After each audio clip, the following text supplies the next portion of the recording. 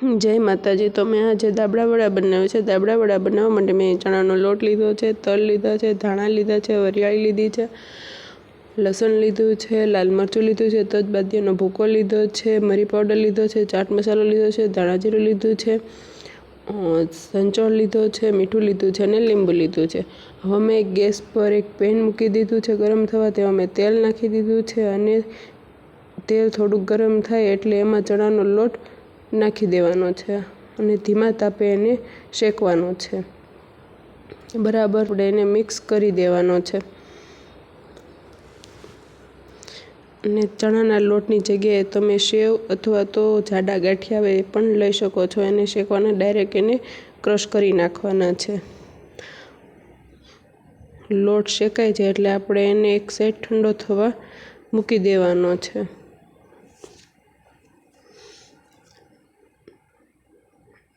પછી તેને મિક્સર જારમાં નાખીને તેમાં તલ, ધાણા, વરિયાળી બધું એડ કરી દેવાનું છે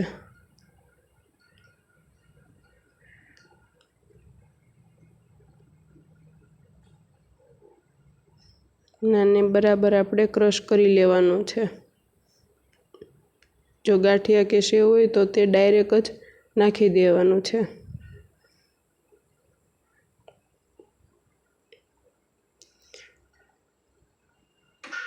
બરાબર મિક્સ થઈ ગયું છે, બધું જ દળાઈ ગયું છે।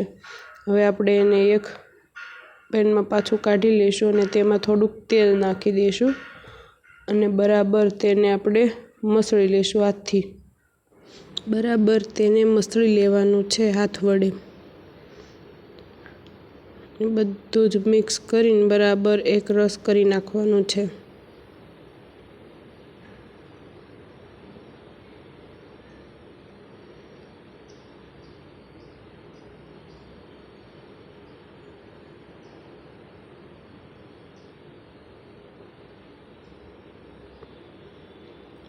બરાબર બધું જ મિક્સ થઈ ગયું છે।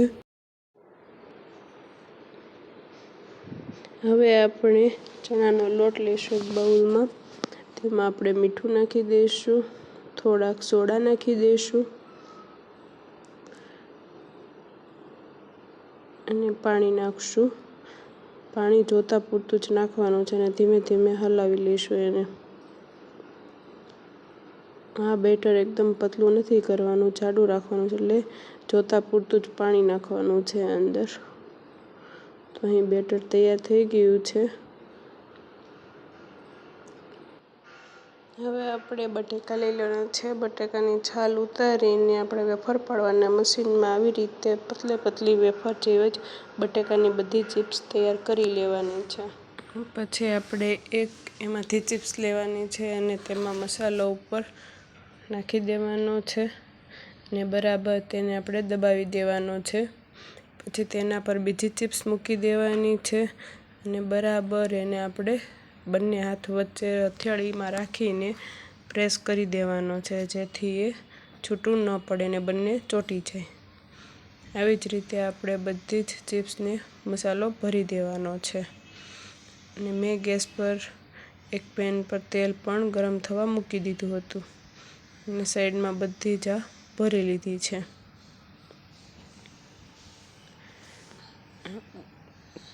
તેલ આપણું ગરમ થઈ ગયું છે તો આપણે તેને ચણાનું જે બેટર બનાવ્યું હતું તેમાં આપણે એને બોળીની અંદર તેલમાં તળી લેવાની છે।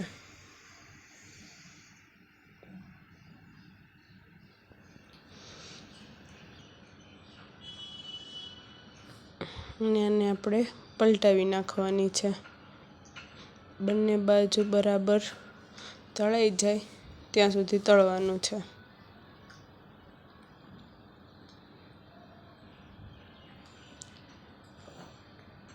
જો આનો કલર પણ થોડોક ફરી ગયો છે તો હવે આપણે એને બહાર કાઢી લઈશું।